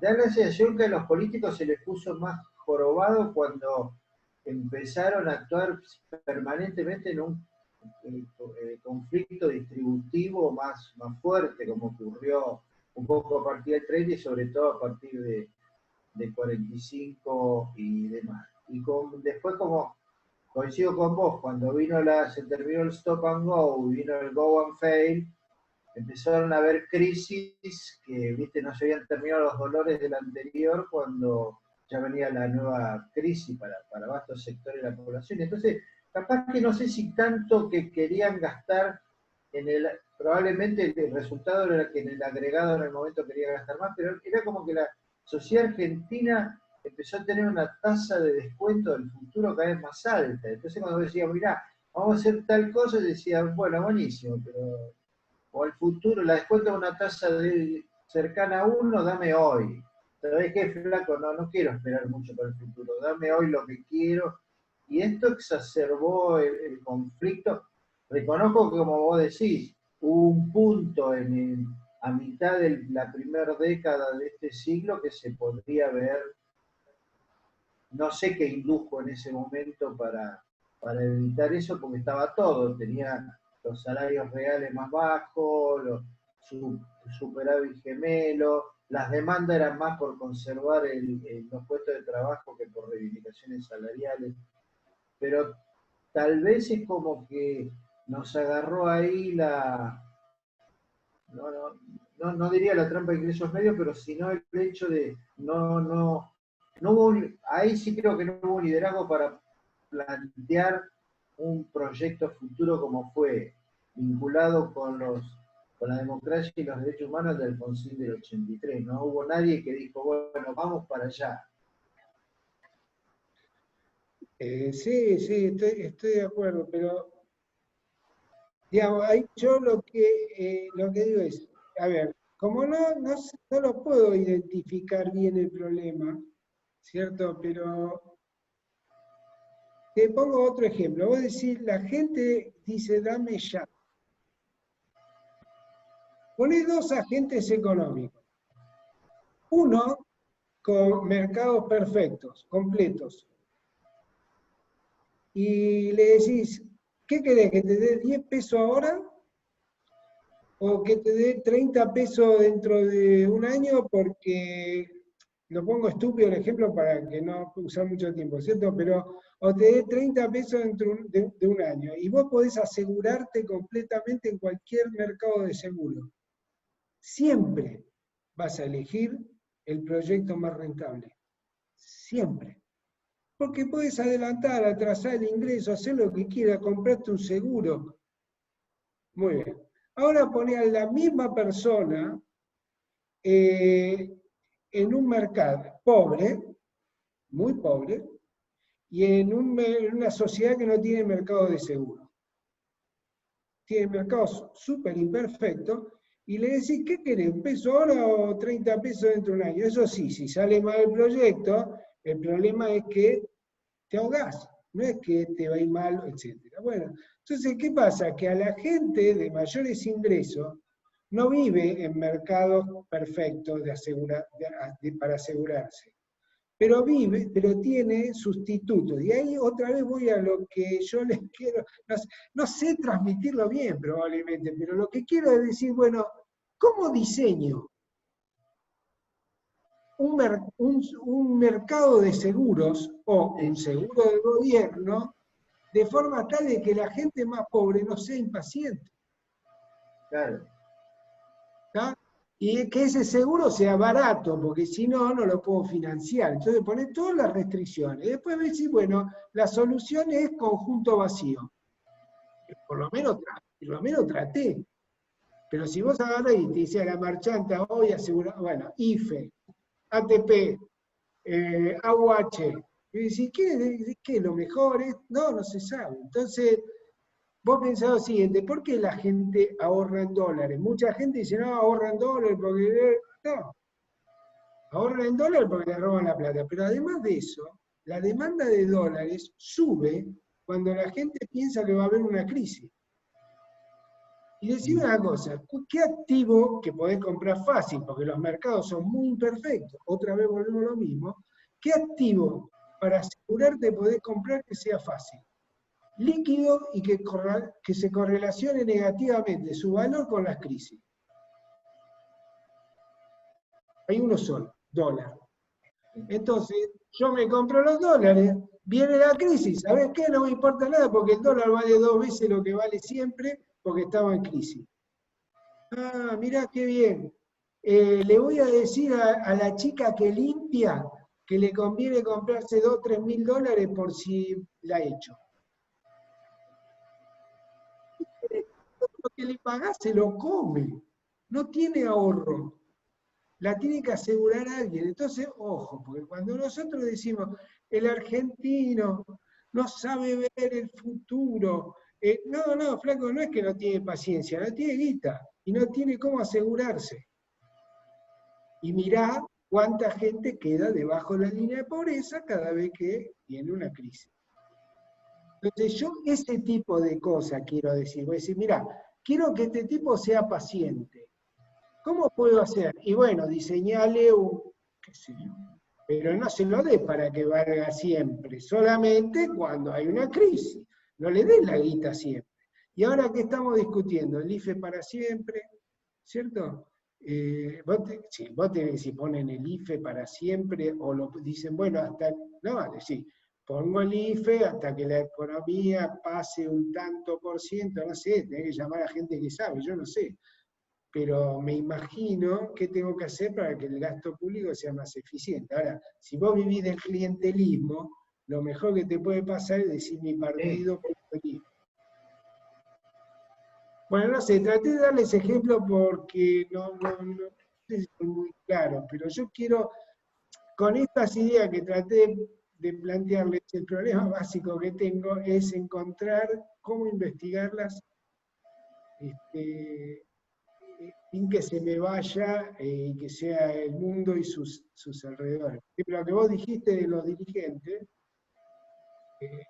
sí, es el feedback, ¿no? El rulo que dijo Silvia, o sea, ¿no? ¿Qué dirigentes surgen de una sociedad así? Bueno, pero eso no se supera.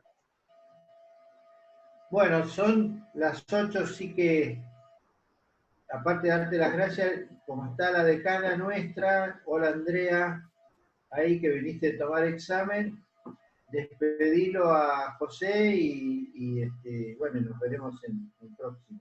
Bueno, primero, gracias a todos por participar y especialmente gracias, José. Es más fácil conseguirte por videoconferencia, así que es una externalidad positiva de la pandemia. Igual no vamos a declinar la posibilidad de tenerte en persona, si puede ser cuando esto pase. La verdad que un placer escucharte y bueno, muchas gracias en nombre de todos los que pertenecemos al Departamento de Economía y al Instituto de Economía. Bueno, un aplauso, ¿no? Un aplauso. Sí. No, para ustedes. Ah, La verdad es que, déjenme decir algo antes de que nos vayamos. Bueno, primero un gusto verte, Andrea, que no te saludé. Pero es un placer verlos a ustedes. De cualquier manera que sea. sonás como la maestra del jardín. Sonás como la maestra del jardín. No. Callate, déjalo hablar. Decilo. Los conozco hace mucho. Los conozco hace mucho. Pensar realmente.